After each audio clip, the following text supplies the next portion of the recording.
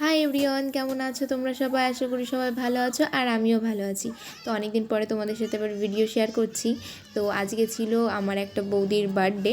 তো বৌদির বার্থডে সকাল থেকে একবারও উইশ করিনি বৌদিকে। তো তারপরে ভাবলাম যে না, যখন উইশ করাই হয়নি তাহলে একবারে বৌদিকে সারপ্রাইজ দিই।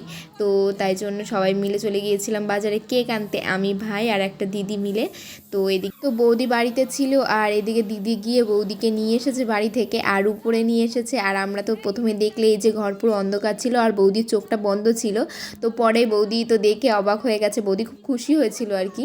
বৌদি ভাবেনি যে আমরা এইসব করব। তো তারপরে আমি বৌদিকে বললাম যে বৌদি তাহলে তুমি কেকটা কেটে ফেলো। তো বৌদি বললো যে সবাইকে ডাক দাও তারপরে কেক কাটবো।